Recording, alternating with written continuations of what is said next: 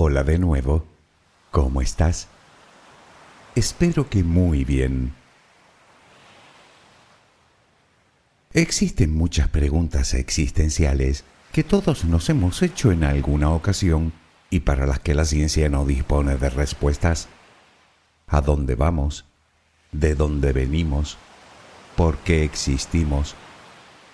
Pero si una en concreto nos produce inquietud y curiosidad a partes iguales, esa es ¿qué ocurre después de la muerte? Como ya hemos comentado, para la mayoría de la ciencia, todo, incluida nuestra conciencia, se acaba después de la muerte cerebral. Simplemente más allá no hay nada, o mejor, no hay más allá. Pero entonces, ¿cómo se explica que haya personas que afirman haber vivido vidas anteriores? Puede que me digas que esas son patrañas difíciles de creer. ¿Y si te digo que algunas de esas historias se han contrastado y que parecen estar basadas en algo real? De ser cierto, es obvio que algo debe quedar de nosotros cuando nuestro cuerpo físico llega al final y se disgrega en la naturaleza como cualquier sustancia orgánica. Pero, ¿el qué?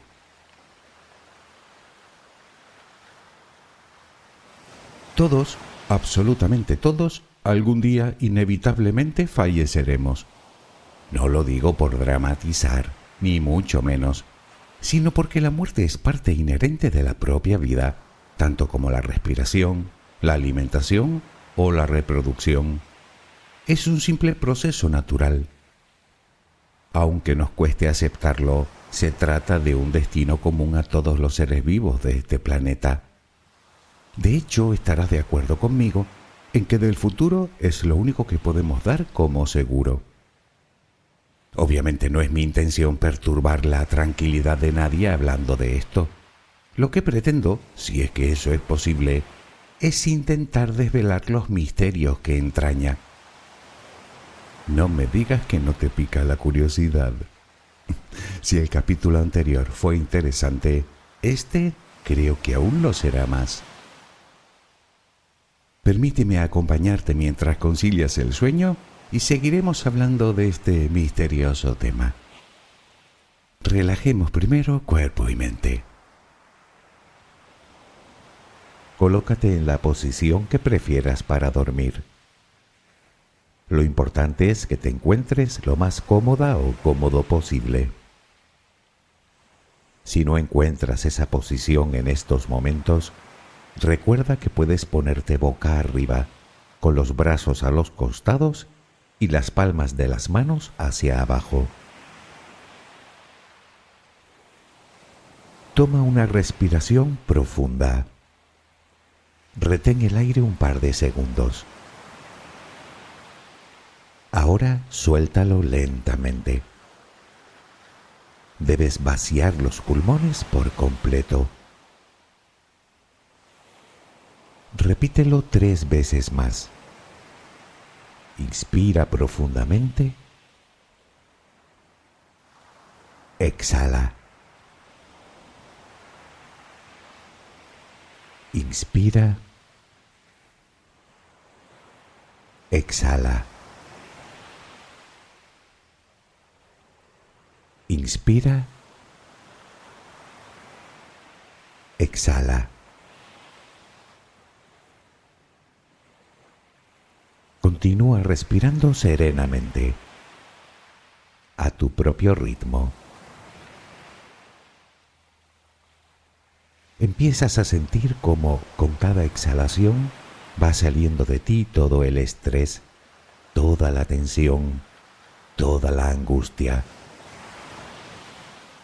Puedes visualizarlo como humo negro que vas expulsando cada vez que sueltas el aire. A cada respiración, sientes como tu cuerpo y tu mente se van purificando un poco más.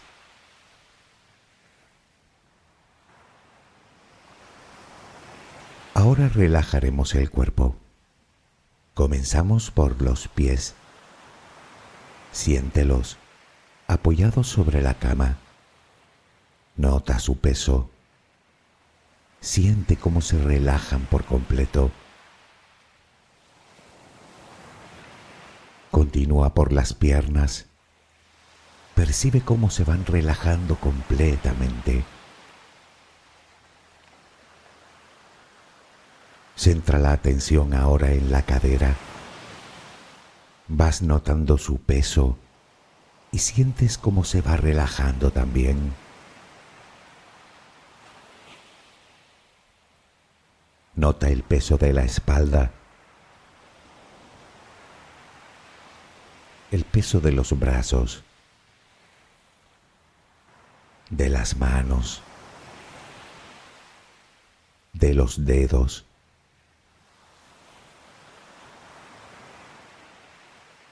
Visualiza tus hombros, que se relajan también.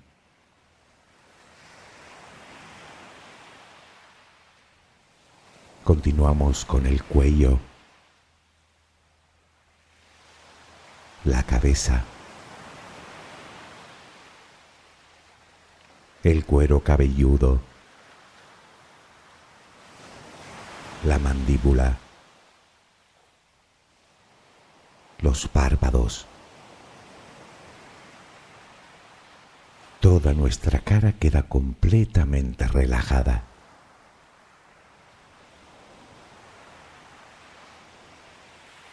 Hemos relajado ya el cuerpo completamente. Procura que tu respiración siga siendo serena y tranquila. Recuerda, solo respira, notando cómo el aire entra y sale de ti. Inspira. Exhala. Inspira. Exhala.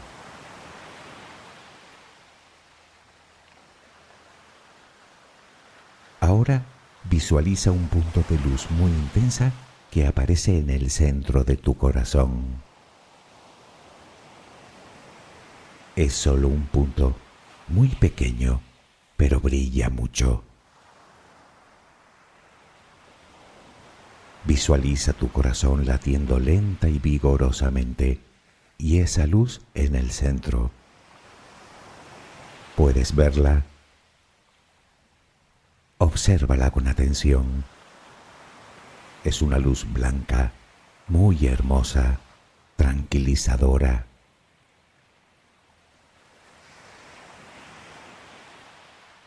Ahora ese punto de luz se convierte en una diminuta esfera. Ahora visualiza cómo cada vez que inspiras, esa burbuja comienza a crecer muy lentamente. Continúa creciendo hasta que tu corazón queda encerrado en su interior.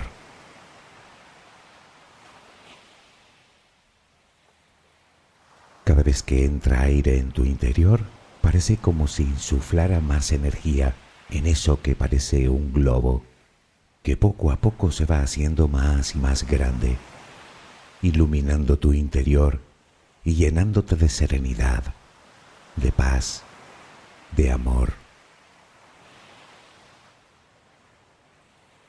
Muy lentamente, todas las partes de tu cuerpo se van viendo envueltas por esta burbuja.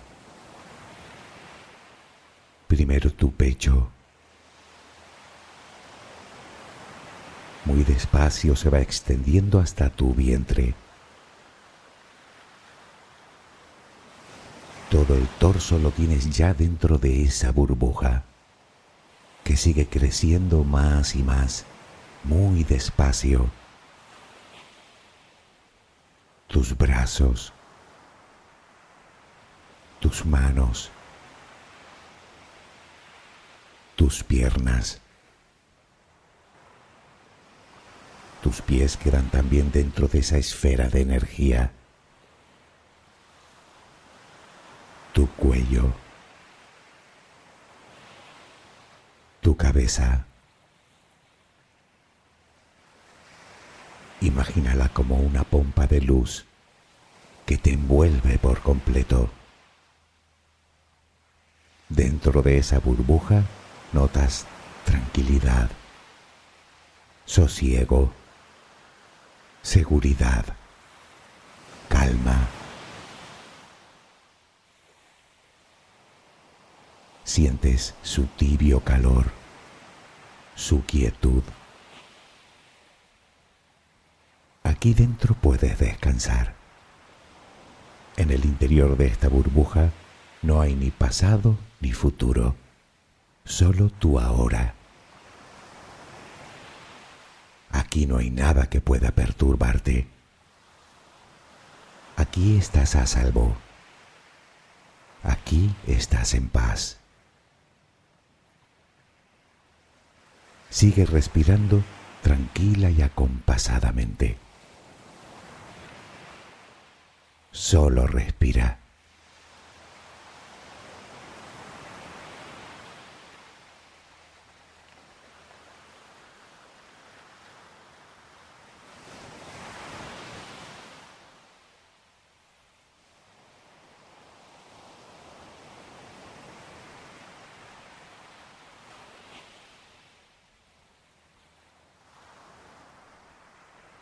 En el audio anterior hablamos de la muerte como proceso biológico y de las distintas creencias elaboradas por la humanidad para hacer frente a tan aciago destino. Hablamos del cielo, del infierno y de otros conceptos tan antiguos como la propia religión. Conceptos que, como ya comentamos en su momento, han ido evolucionando con el paso de los siglos y de los que hoy existen múltiples versiones, cada una con características propias. Sea como fuere, una gran parte de la población mundial cree en ellos de una forma u otra. Evidentemente todos no pueden coexistir simultáneamente, o puede que sí, y que cada tradición religiosa los haya interpretado de formas distintas, aunque también puede darse el caso de que ninguno de ellos sea cierto y que la verdad se esconda en otra parte, digamos que camuflada de otra manera.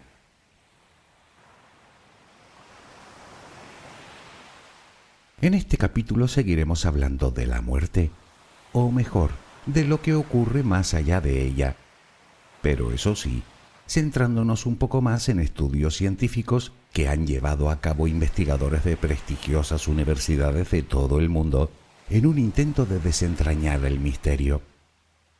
De todas formas, si estás esperando todas las respuestas, me temo que no voy a poder dártelas. Nadie puede. Solo existen teorías, conjeturas y deducciones. Es cierto que se han realizado estudios muy interesantes, pero nada concluyentes. En cualquier caso, les echaremos un vistazo y luego que cada uno decida creer en lo que más le convenga.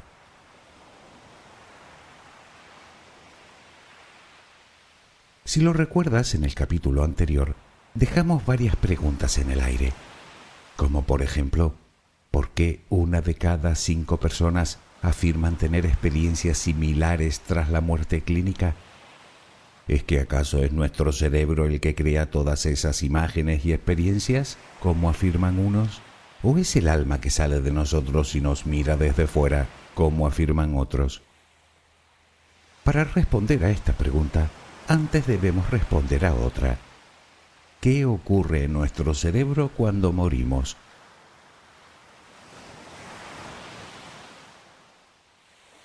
En 2013, científicos de la Universidad de Michigan midieron la actividad cerebral de unas ratas de laboratorio justo en el momento de su muerte. Lo que descubrieron fue sorprendente. Resulta que inmediatamente después de la muerte clínica, sus cerebros presentaban un inusual aumento de la actividad con altos niveles de ondas gamma, superiores incluso a los registrados cuando estaban en estado de vigilia. Una actividad que se relaciona directamente con la percepción consciente. Dicho con otras palabras, tras la muerte clínica, esos animales tuvieron alguna clase de experiencia. Obviamente se desconoce de qué tipo, pero lo que parece indudable es que la tuvieron.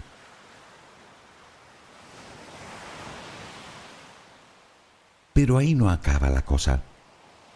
En 2018, Hubo otro trabajo de investigación, esta vez llevado a cabo por científicos del Imperial College de Londres.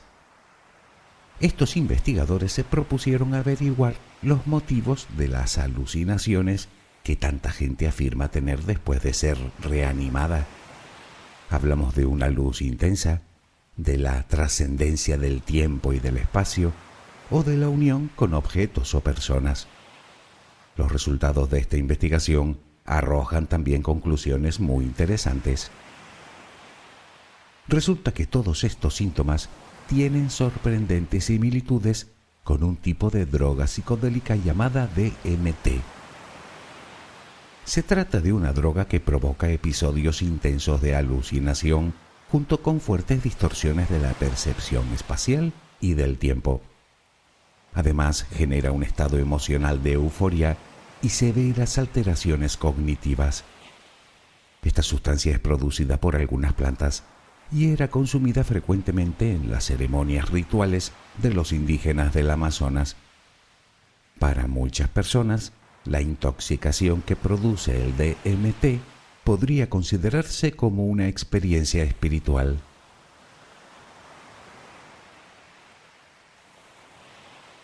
Te preguntarás a dónde quiero llegar con todo esto. Bien, ¿has oído hablar de la llamada glándula pineal, también conocida como epífisis cerebral? Pues parece ser que en esta zona de nuestro cerebro se producen pequeñas cantidades de este compuesto químico. Los científicos aún se preguntan si será esta la razón de que las personas que atraviesan un trance de este tipo experimenten tales alucinaciones. Sea como fuere, parece que la experiencia cercana a la muerte se puede comparar perfectamente a la intoxicación por un poderoso alucinógeno. Lo que nos lleva a plantearnos una pregunta: ¿nos droga nuestro cerebro cuando nos llega la hora?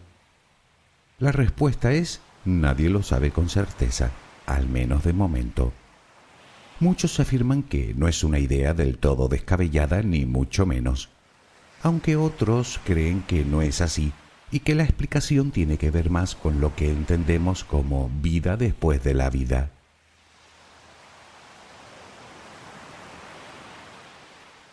En cualquiera de los casos, nos queda un síntoma muy característico del que aún no hemos hablado: la luz brillante. Aunque no lo creas, también se han realizado estudios en este sentido. Resulta que los científicos han averiguado que en el momento de la muerte todos los sentidos no se pierden simultáneamente, sino que lo hacen siguiendo cierto orden. Parece ser que en ese momento el cerebro comienza a sacrificar determinadas áreas menos críticas para su supervivencia, mientras que otras se excitan, en especial la relacionada con la vista. Según han descubierto un grupo de científicos canadienses, mediante el uso de electroencefalogramas, el primer sentido que se pierde es precisamente ese, la vista. Eso podría explicar lo de la luz. Es como si de alguna manera nuestro cerebro nos cegara. Los últimos son el tacto y el oído. Y algo aún más interesante: parece ser que los sistemas auditivos responden de manera similar a como lo hacen en las personas jóvenes y saludables. Es decir, que muy bien.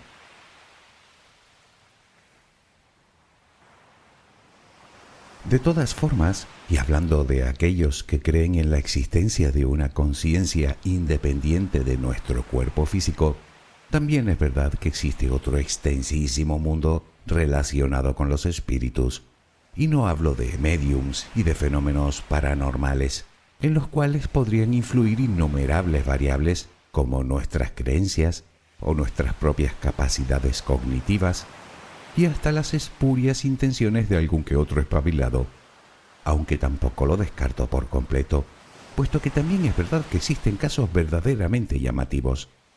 En realidad quería hablar de personas provenientes tanto de culturas y religiones que creen en la reencarnación, como de culturas y religiones que la rechazan, que afirman recordar vidas anteriores con asombrosa exactitud.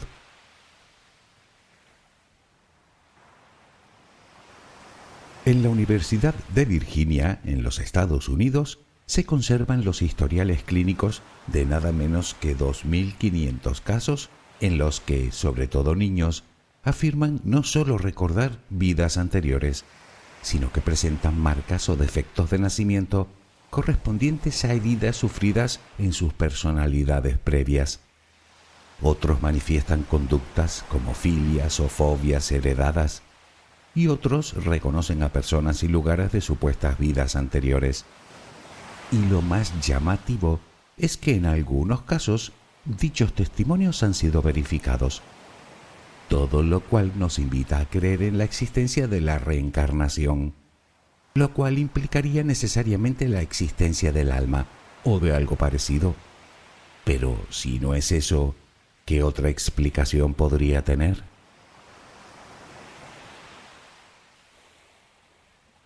Un reducido número de científicos, con el estadounidense Robert Lanza a la cabeza, defienden una teoría alternativa llamada biocentrismo.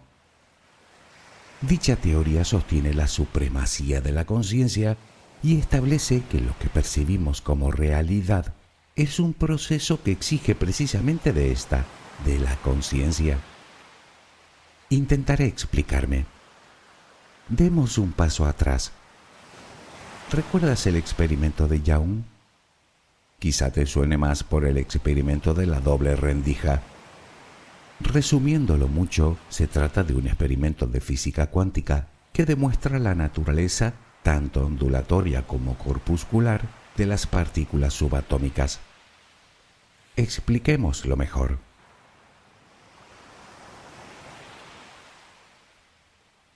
Imagina que tenemos delante una pared con dos rendijas y que lanzamos pelotas de tenis hacia ella. Es obvio que cada una de las pelotas pasará por una rendija o por la otra. Pues bien, este experimento simula algo parecido pero con partículas subatómicas. Tenemos una fuente de partículas, fotones o electrones, por ejemplo, que lanzamos contra una barrera con dos rendijas. Y detrás de la barrera colocamos una pantalla de detección que nos permite visualizar dónde impactan las partículas. Bien, al lanzar las partículas, éstas atraviesan las rendijas como una onda. Es decir, que esas partículas atraviesan las dos rendijas al mismo tiempo, dando lugar a lo que llaman un patrón de interferencia que podemos observar en la pantalla de detección. Y no importa si enviamos un haz continuo de partículas o las lanzamos una a una, el resultado siempre es el mismo. Eso sí, siempre y cuando no lo estemos observando. ¿Qué quiero decir?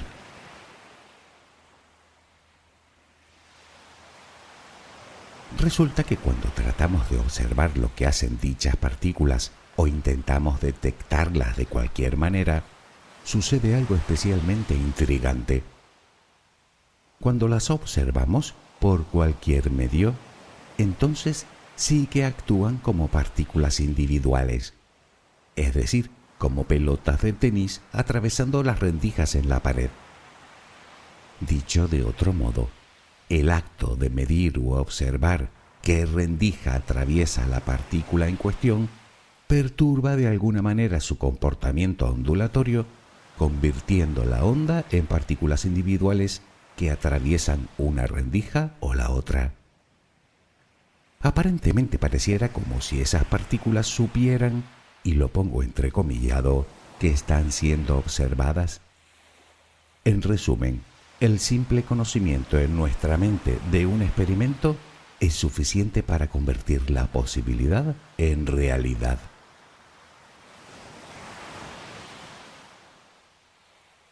Este comportamiento, aun siendo de lo más enigmático, se comprende a través de un principio del cual habrás oído hablar, el principio de incertidumbre de Heisenberg, que establece que es imposible conocer simultáneamente la posición y el momento de una partícula con precisión absoluta. Con otras palabras, se ha demostrado que las partículas pueden exhibir comportamientos contradictorios y coexistir en estados superpuestos hasta que se realiza una observación o medición. Mientras ésta no se haga, las partículas pueden estar aquí, allí o en ambos lugares a la vez. De hecho, a veces ni siquiera están. ¿A dónde van?, te preguntas. Pues podría ser que a otro universo paralelo.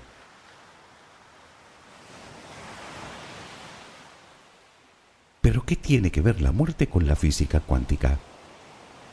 Bueno, nosotros estamos formados por partículas que no solo son simples ondas de probabilidades, sino que pueden estar en dos sitios a la vez, incluso en más de un universo a la vez. Por lo tanto, y en teoría, nosotros también. Según esta teoría, la conciencia de una persona es la que determina la forma y el tamaño de los objetos en el universo. Y de hecho, es cierto que todo lo que podemos ver, tocar, oír, oler o saborear, en realidad son interpretaciones de nuestro propio cerebro, por lo que afirmar categóricamente la existencia objetiva de todo eso resulta como poco o bastante complejo.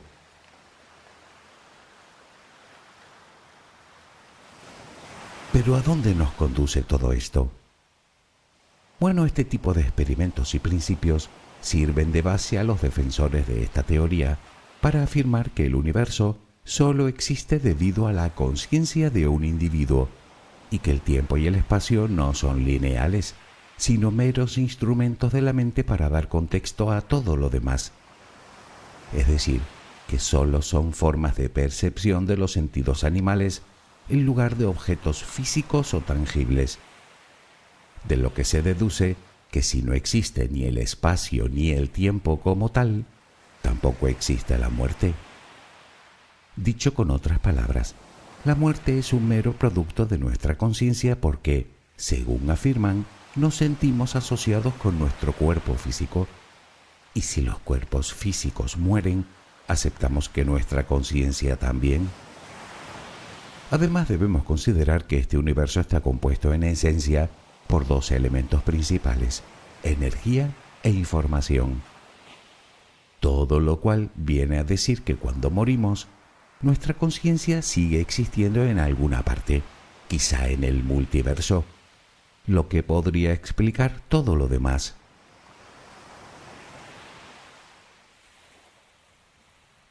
Hay que decir que para gran parte de la comunidad científica, la teoría del biocentrismo no tiene ninguna base e insisten en que no se sostiene por ningún lado.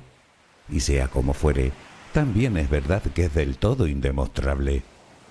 Sin embargo, según afirman sus defensores, con el tiempo podrá demostrarse por medio de experimentos que aún ni siquiera se han inventado.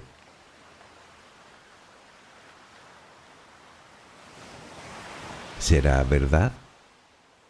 Claro que es posible que el resto de la comunidad científica tenga razón y que todo acabe en nada, en ausencia, en olvido. Pero ¿y si resulta que el biocentrismo tiene razón y la vida después de todo sí que tiene una continuación más allá de la muerte? ¿Y si la física cuántica tiene la respuesta a todos esos fenómenos extraños e inexplicables que no podemos entender? Vaya usted a saber. Si me preguntas a mí, he de confesarte que este tema me tiene completamente desconcertado. Entre más profundizo en él, más dudas tengo. Porque además no puedo evitarme hacerme algunas preguntas más, como por ejemplo, si es verdad que tenemos alma, históricamente ¿desde cuándo la tenemos? ¿Desde que empezamos a creer en ella o desde antes? ¿Es una característica propia del Homo sapiens o también la tenían los homínidos que nos precedieron? El Homo habilis, el Homo erectus, el Homo antecesor, el Homo neandertal. ¿Y los grandes simios actuales la tienen también? ¿Se crea cuando nacemos, cuando somos concebidos, cuando adquirimos conciencia o la heredamos de vidas anteriores? Y si es así, ¿quién la hizo y cuándo? Y si resulta que ninguno de los planteamientos, tanto los que están a favor como los que están en contra, tienen razón y en el fondo hablamos de otra cosa que ni siquiera se nos ha pasado por la cabeza. quién sabe. Al final entiendo que con todo sobre la mesa, creer en una cosa o en otra se convierte en una simple decisión personal. Pero bueno, de momento, incógnitas aparte, de lo que no hay ninguna duda es de que seguimos aquí. Así que hagamos lo que toca en estos momentos, que no es otra cosa que vivir. ¿No te parece? Pues vivamos, y lo que tenga que ser, será. Espero que mañana tengas una maravillosa jornada. Que descanses. Buenas noches.